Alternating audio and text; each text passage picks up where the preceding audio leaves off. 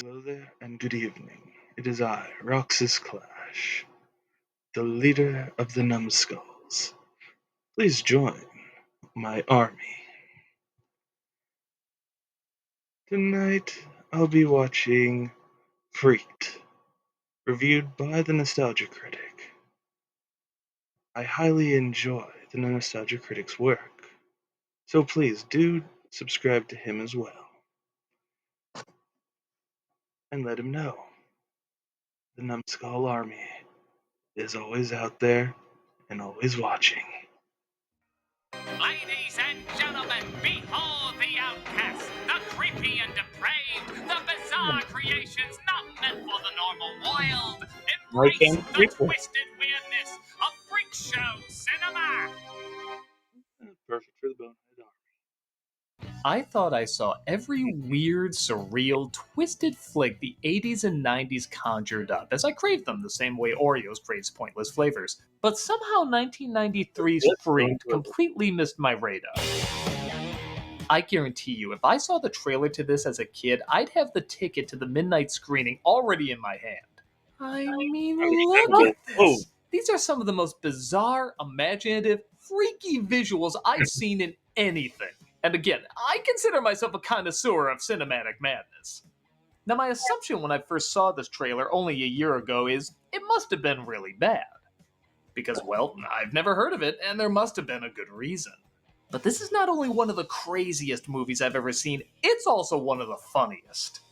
Directed by Alex Winter of Bill and Ted fame and Tom Stern of, well, stuff a guy who directed this would be known for.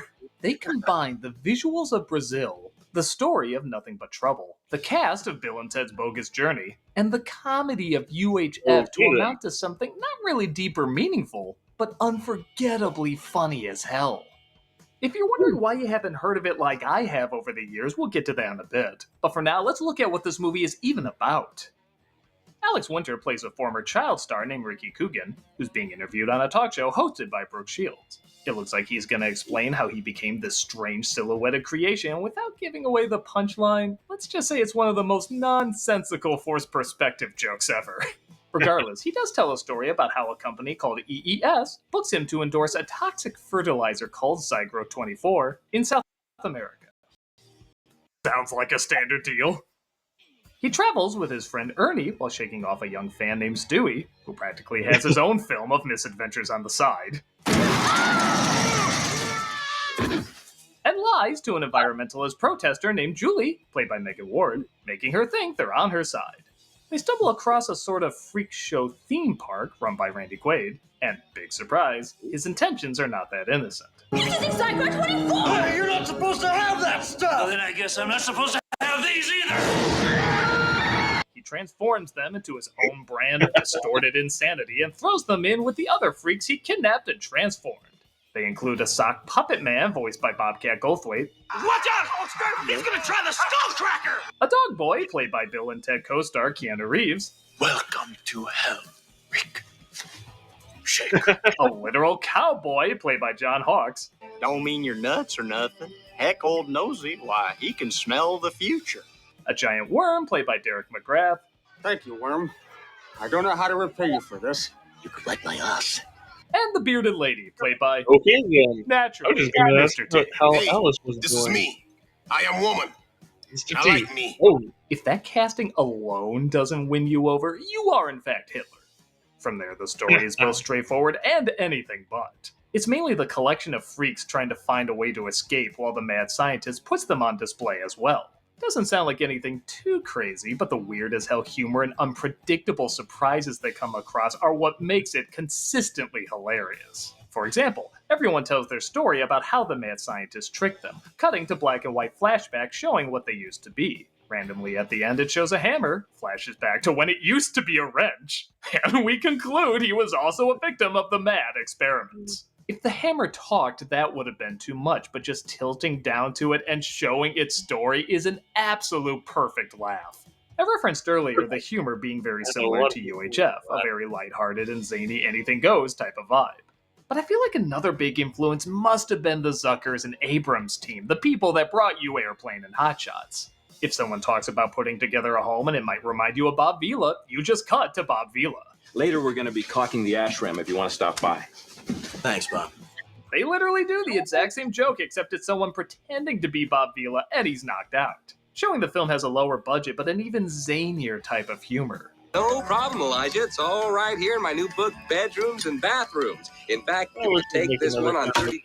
But one of the interesting things about it is that it does and doesn't look low budget. These creature effects are amazing. Apparently they had so little time before shooting started, they had to go to 3 different makeup companies to pull this off. That might be why it looks like the effects gel perfectly together and not at all at the same time. The clash of different styles coming together to form something new is part of what makes it so amazing to look at. I can't imagine poor Alex Winter getting up in the morning for hours of makeup, memorizing his lines, and directing a film all in the same day. I know Tom Stern directed too, which must have been a huge lifesaver, but he can't even use half his mouth most of the time. No doubt a lot of his lines had to be voiceover, but imagine giving direction like that and still having the amount of energy and craziness the film has. And as the movie goes on, the effects only get more and more insane. With even more sideshow attractions being discovered, Ricky being given the full treatment instead of just half his face, and the little boy Stewie from earlier being transformed into one of the greatest things ever filmed by humans. Your ass is mine, Skunks! The whole film has an attitude of anything goes as long as it gets a laugh or wildly confuses you. In a lot of movies that have expensive but surreal looking visuals, there's usually some sort of grand commentary or emotional storytelling. This just wants to be fun and crazy because it's fun and crazy. I mean, look at the opening credits, for God's sake, seizure warning. Uh-oh. Okay, that's good. They know who they're playing to. People who want to trip balls and laugh their asses off while doing so. But also while being exceptionally creative. With that said, there can be some commentary in the movie, whether the filmmakers are aware of it or not.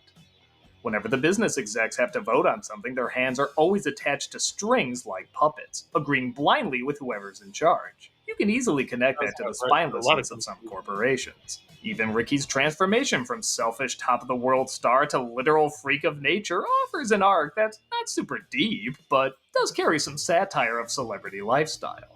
I'm not saying this is symbolism along the lines of Animal Farm or anything. I'm just saying even a film intending to be mindless, if it goes far enough, can have some nuggets of solid knowledge as well. But that does raise the question, how did this film ever get made? And with a style this unique and expensive looking, why have so few people heard of it? I don't know. Give me Okay, think I got it. The film was originally conceived by Winter and Stern as a type of surreal horror film starring the band Butthole Surfers. I never thought this was a sentence I would say, but you didn't need Butthole Surfers to weird this up. Though no studio would take their film, they eventually developed a series for MTV called The Idiot Box, a sketch show that honestly is like shorter versions of the film. Don't miss the idiot box! Hey! Hey! Hey! Hey! Oh! Watch The Idiot Box, folks, because Alex would have wanted it that way. It's not difficult to believe the same people worked on both of these. One of the show's writers, Tim Burns, reworked the script to make it more like, well, the show they were currently working on, and it eventually got a bite at 20th Century Fox. The head of the studio at the time, Joe Roth, loved the idea and predicted it was going to be a big hit. So he gave them $12 million to direct the film. Which wasn't obscene, but was a little odd. Neither Winter nor Stern had directed a Hollywood movie before, and while there were some names in it, none of them were quite big enough to guarantee ticket sales. But Roth liked it so much, he issued a comic book, novelization, and even action figures to be released with it. I guess he just really had high hopes.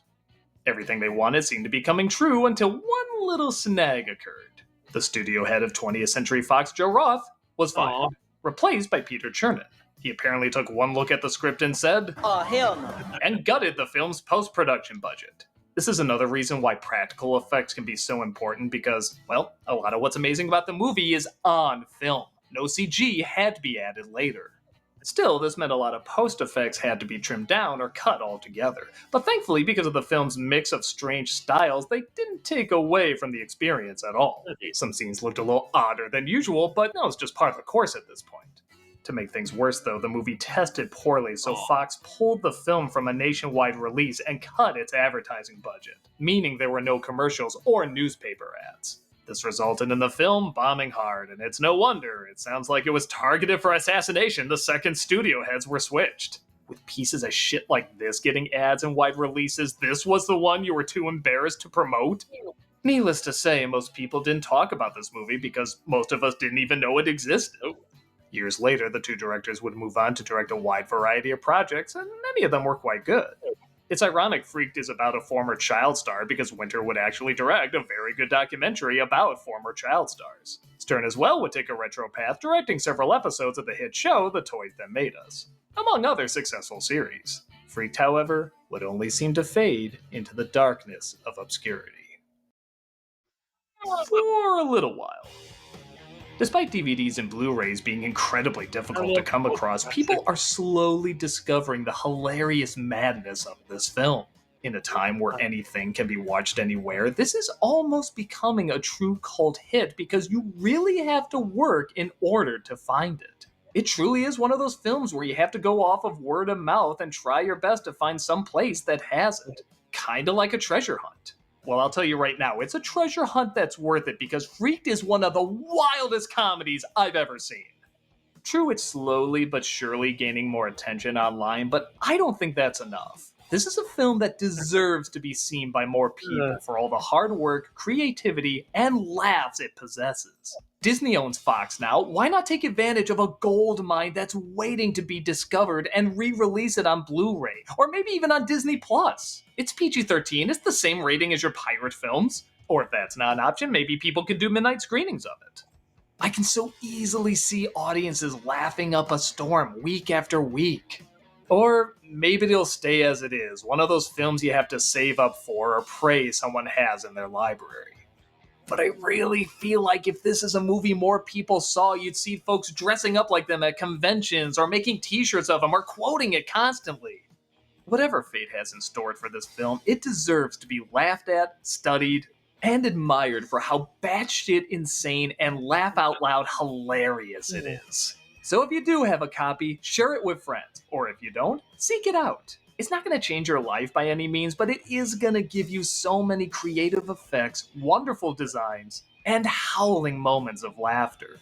Whether it becomes a hit over time or stays a hilarious little in-joke, Freaked is a great film to discover if you're looking for anything beautifully unnatural. I'm the nostalgia critic guy, remember? So you don't have to. That's one we want to remember. This is me. I am woman. And I like me. Well, that was a freaky fun time.